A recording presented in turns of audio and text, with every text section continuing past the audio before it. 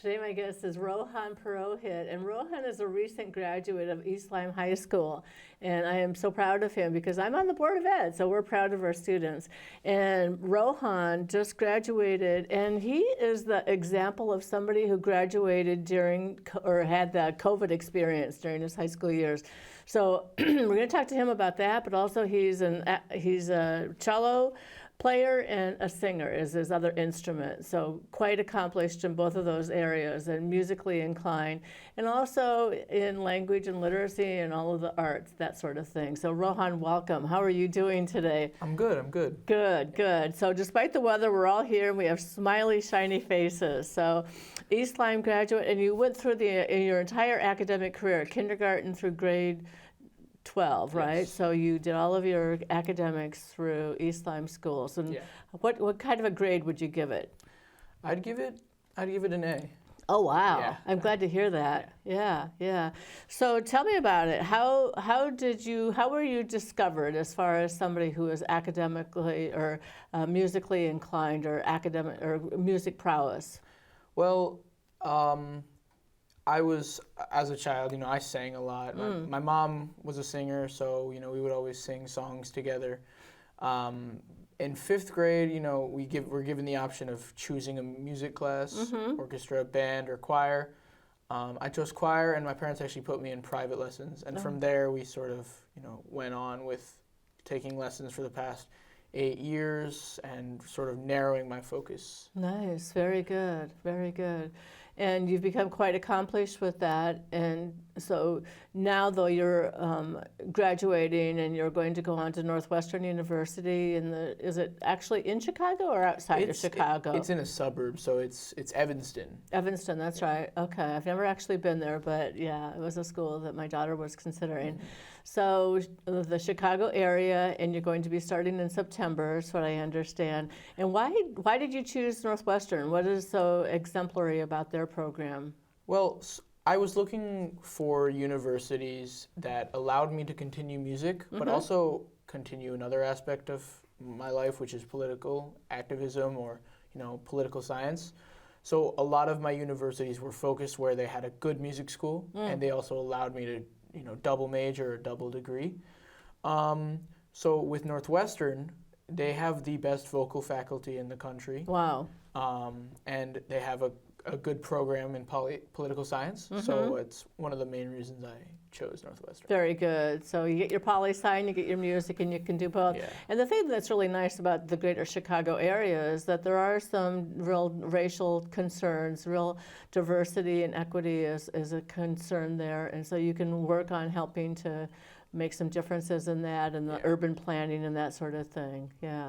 Yeah. So you're also doing fundraising, and your fundraising is Feed the Soul Through Music. And tell me about that. What is that all about? So Feed the Soul Through Music is an organization I started with a fellow musician friend from Cleveland, Ohio.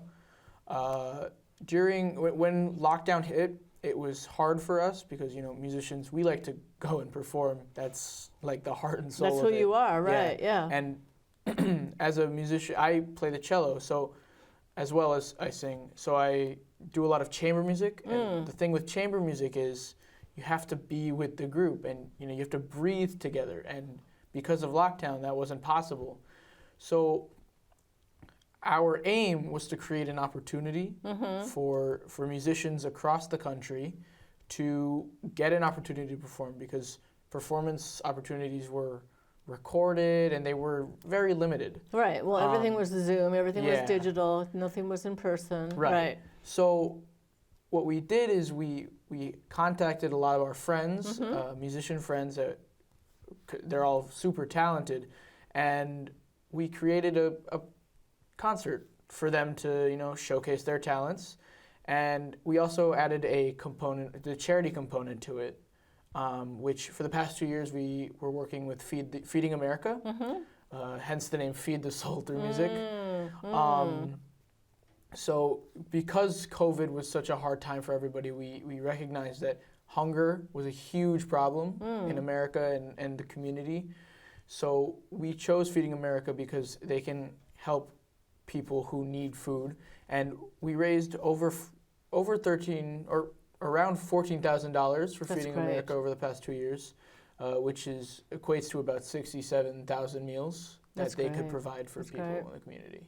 So where were the food sites? How was it distributed, the food and the money and? So we didn't handle any of the food. Mm-hmm. That was strictly Feeding America. We just collected donations through their website for them. Mm-hmm. You know, it's just so interesting because we always think because if we have food on our table that pretty much, you know, we're fed and we assume hopefully that everybody else is, but Yeah. there's some real inequity around the table and people not having the food that they need and the nourishment they need. So kudos to you for stepping up and doing that. But now it's changed. Now it's for cancer. Yeah. So cancer is obviously, you know, a major issue that we're trying to battle as a society, and childhood cancer is even more of a problem. And we were recommended, so our scientist friend from Case Western had recommended to us St. Baldrick's Foundation, which is a foundation that funds research for new cancer treatments, and they support kids who have cancer because their aim is to start to prevent childhood cancer. And how do you prevent it? How is that even possible? Do you know anything? I don't know. Yeah, I'm not a science guy. You're not a scientist. That's not your wheelhouse. Yeah. But music and poli-sci is okay. So that's interesting. But yeah, what a great heart you have to be thinking about that. As only an 18, you're 18 years old. I'm now? 17. 17, not even 18. Okay, and thinking about how to make a difference in the world. So you said you went through during the pandemic, and there was a lot of social isolation, which was difficult for you as a musician because a musician typically really enjoys being in a group, playing with other people. How did you manage that? It was hard. So I was a part of a chamber group. We're the Mill River String Quartet, based out of New Haven, and it's hard because we were using this app called Acapella. So someone would record, and then the next person would record on top of that, and then so on. And it's not the same because with chamber music you have to breathe as a group, which because of COVID is not safe. Well, we didn't know, right? Right. We didn't know how it was spread, and there was just so much fear that was entangled in the whole process. Right. So we'd Zoom every Saturday, and then if we wanted to play together, we'd have to mute ourselves on Zoom, switch to a cappella, then record ourselves, and then play it back, and then that's how we would decide if it clicked, if the balance was good, and it's really not the best way.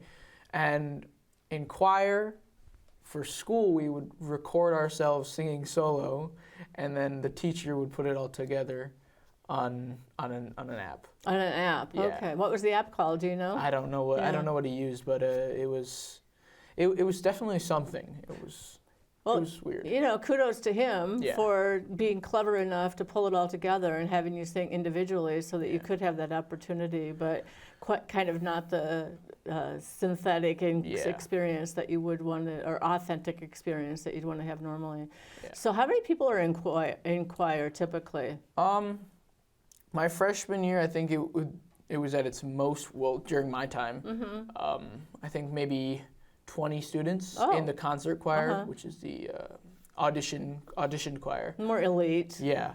But as the years went on, it slowly withered down. I think this recent year we had 13. Oh, well, it's not that great of a difference between. But we had four male singers compared to like 12 female singers, and those are the 4 male singers in the whole program.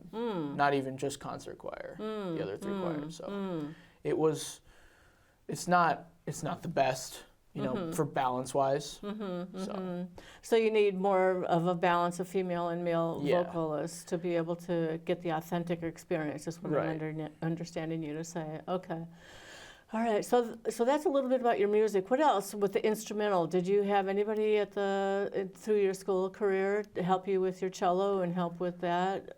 Not really through the school, which is one thing that I've seen is that there's no focus really on, you know, growing individuals as musicians or showcasing that talent, which I've seen. And I think that one thing that could be done more is really, showcasing that talent or creating opportunities for people to develop as a musician, as a soloist, or,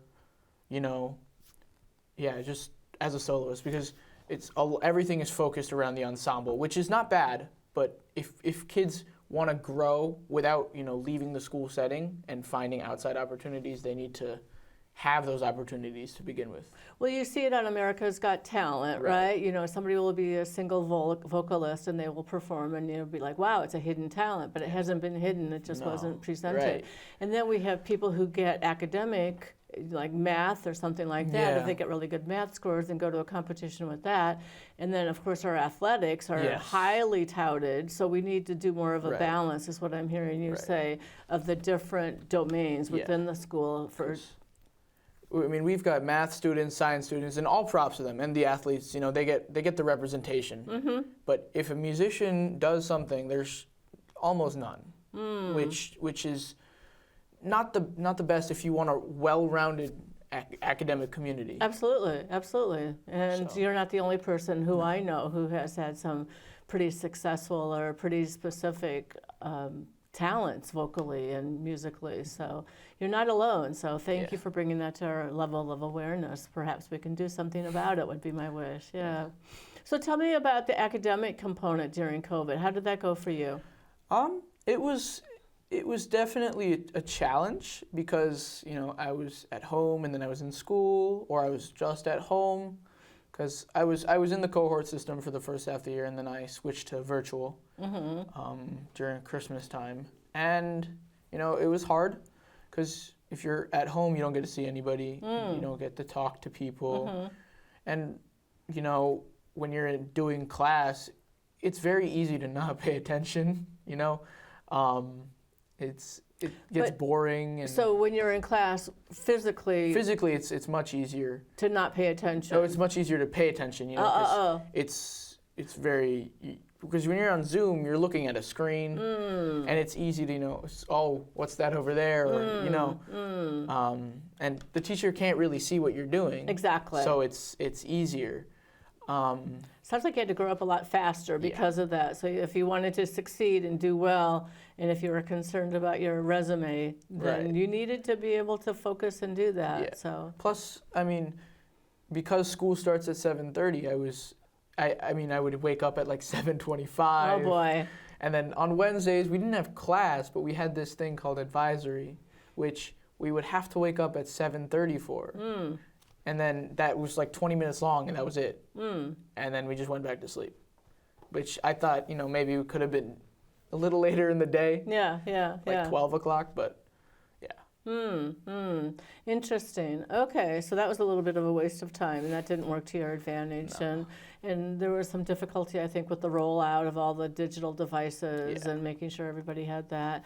And you were focused. You were academically and musically focused. But what about some of your colleagues? And they probably weren't your core group, but what other stories did you hear about them? For me, I think I heard like relatively the same thing. Sometimes I would hear people fall asleep or something. Boy. Yeah. But yeah, it was. I think we were all doing the same thing, going through the same thing at the same time. Yeah. Well, hopefully we're past that, and hopefully we don't have to experience that scenario again, and we can move on. Yeah. Hopefully, yeah. Yeah. So starting in kindergarten, there you were, a little guy going to school, and where did you were at Flanders I was a Flanders Elementary? kid, yeah. Okay, Flanders, and then the middle school, and then the high school. And how was that for you, the whole experience? Because we've talked a lot about diversity, equity, and inclusion. Did you feel any difference as far as the diversity component? Well, being in East Lyme, it's demographically it's a white town, so there is that aspect of there's not that many Asians, there's not that many Indians, just as I'm an Indian, but I didn't feel any racism or any of that kind of those things towards myself. I always felt accepted. Good.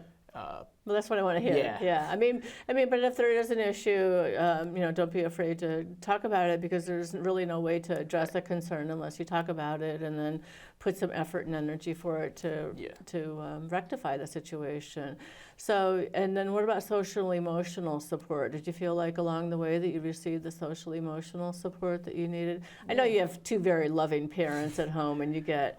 And you are an only child, right? So you do get probably a lot, right? So I think the support from the staff and the teachers, all the faculty, I think was tremendous. Good. Yeah. I'm glad to hear that. Yeah. And when I talked to your dad the other day, he was saying that you were just a very focused student, and so maybe there was some, I don't know, brouhaha going on someplace else, but you were just kind of like, you had your eye on the prize, looking for the North Star kind of thing. Okay, good. So what kind of advice would you give to somebody who's academically interested in poli-sci or interested in music, like following in your footsteps? What kind of advice would you give to somebody who would be similarly aligned? Yeah, so I'll start with the music path. As a musician in high school, it's, with the current situation, the only ways to showcase your talent is to do all-state regionals and NEMFA, but even then that's a choir or an ensemble of 200 people. Okay. But stop before you go on. What is NEMFA? Oh, sorry, I should say. No, I don't know. New England Music Festival Association, and then CMEA all-state and regionals, which is the Connecticut Music Educators Association. Okay.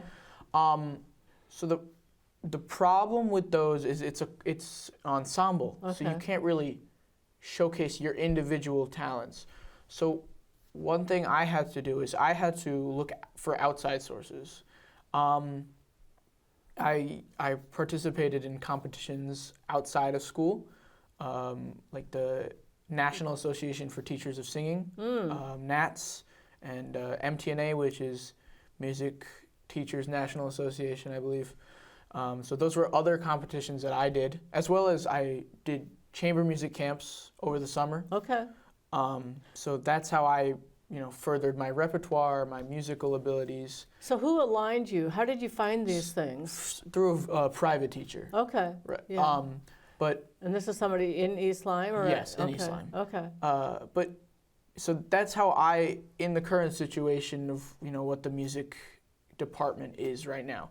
But if I were to propose something for the music department, it'd be to maybe look out for the students, highlight the ones who really are interested and have a talent for it, and give them these opportunities, from the school itself, and help them progress, because I think more can be done there. Absolutely. So do you think, unidentified students, do you think there are students out there who are probably gifted in this way, who we've let slip through? I think so. Okay. I think that there's always that idea in when you want to have an ensemble and you don't really show any interest in progressing individual students, you let those kind of things fall through the cracks. Interesting.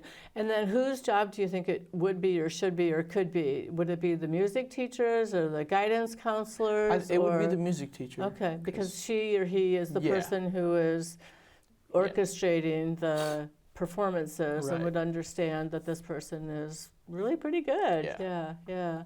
Okay, so that's really interesting. And what else along that same line? For the political science route. Okay. So, as a high schooler, I'm approaching the age to vote. So, I saw this among my fellow peers, and there is an incredible amount of apathy towards voting. It's what do they say? They don't care. It's stupid. It's not going to affect me. And it's hard because I know none of those statements are true. Right. Because voting and your choices in voting can affect your future. Absolutely. So I've been working with the East Lyme Democratic Town Committee for the past 2 years. Okay. So I was the head of, I was co-chair of the Youth Outreach Committee. Well, good for you. So me and Michelle Maitland were working towards, creating events and info for young students to learn the importance of voting. Absolutely, it's so important. Yeah. So last year at East Lyme Day, we were handing out pamphlets to all the students we saw because most of my peers don't understand the value of voting, and I feel that it is my job to reach out to them. Well, and I think it's really important to understand that some of our legislators are wanting to ban books. Right. You know, even in our state of Connecticut, they're saying that certain books that you probably read, and I know that I've read, are not going to be available and not available to the entire school. So do they understand how cellular or granular this is, that it can impact everybody? Well, I think the apathy towards voting also spreads to the apathy towards politics and politicians. I mean, they have political ideologies, but they don't really have an interest. So they'll support someone, but it won't be because of, or they won't have done the research. Right. They won't look into everything, and they'll just support. Maybe because their parents support them. Right. Which isn't the worst thing.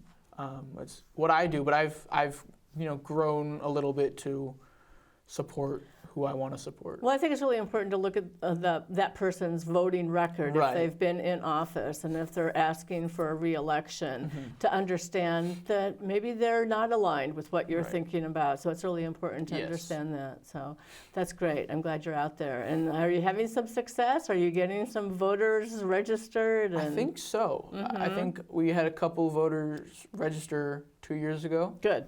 I registered this past year. Congratulations. So I get to vote in the upcoming local election in November, Well, that's really nice too, because voting has become more accessible. We don't have to have same-day voting, and you can register to vote on that same day. And the length of time for voting has been expanded. So there's kind of no excuse not to vote. So it's making it more and more available, because we are understanding that it's going to affect more and more people, and the way we're talking about. Exactly. Well, thank you for that. So you really are involved. And what is your dream with poli-sci? What would you want to see change or happen? I mean, I have my views. I've always thought the two-party system is a little bit, it's ancient. I think we could move away from that, but more like Canada, where there's multiple parties. Is that what your dream would be? I'm thinking that, because it really divides the country. Absolutely. But really, what I want to do is, I was thinking of going into law maybe. Okay, good. After undergrad, because I want to help people. That's my goal. So with a poli-sci degree, I can do anything from law.